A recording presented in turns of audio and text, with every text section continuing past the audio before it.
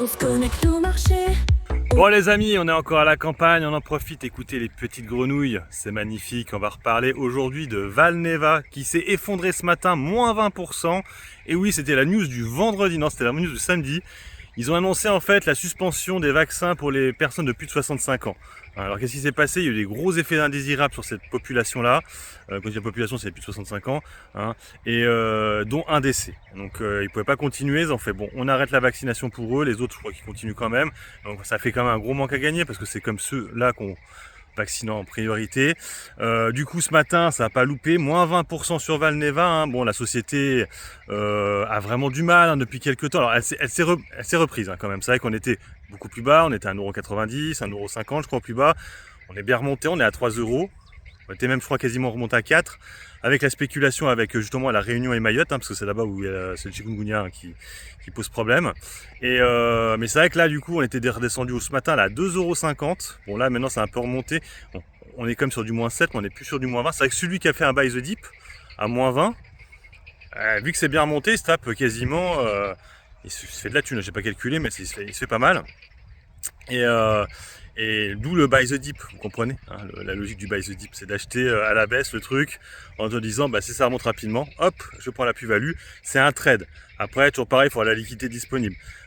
Concernant Valneva, c'est vrai que c'est une société, moi pour l'instant en fait je l'évite parce qu'il y a beaucoup de VAD sur Valneva, c'est ça qui m'énerve un peu, c'est qu'il y a de la VAD sur ce dossier-là. Moi je l'aimais bien à l'époque, mais la VAD est toujours là, elle se maintient. Malgré les bonnes nouvelles hein, sur la société, parce que je trouve que là pour l'instant, bon, il y a eu des soucis, et il y a eu, je crois qu'il y a eu un refinancement à un moment donné, mais à part ça, franchement, on attend, je crois, la validation de la phase 3 du vaccin, vous savez, fait avec Pfizer, là, pour la maladie de Lyme, hein, par rapport au tic, hein, vous savez, la brucelliose, la maladie qui ressemble un peu au sida, c'est-à-dire que tu tapes une tique, et puis des années après, tu as la maladie qui se déclare, et tu as plein de soucis, tu sais pas pourquoi. Donc ouais, ce sera un vaccin là-dessus, en fait, est mis en place avec Pfizer. Rappelez-vous, Pfizer était rentré au capital. Alors attention, ça veut rien dire, hein, parce que pour donner un autre exemple, Johnson & Johnson était rentré au capital de Monachiatech à 1,20€.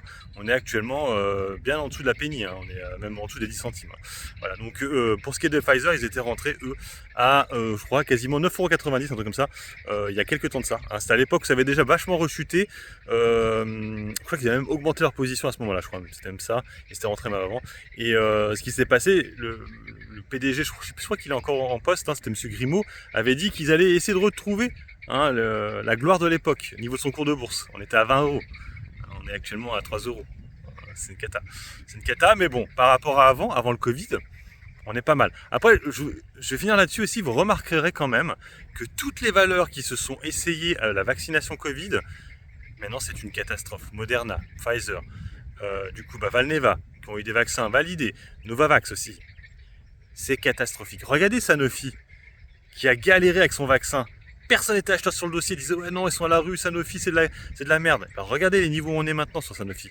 Bien meilleur que Pfizer et compagnie. C'est pour ça qu'en fait de jouer des hypes, sur du court terme ça marche, sur le long terme c'est très compliqué. Voilà, bon sur ce, moi je vous laisse. Bon investissement à tous et puis bon trade. Ciao ciao.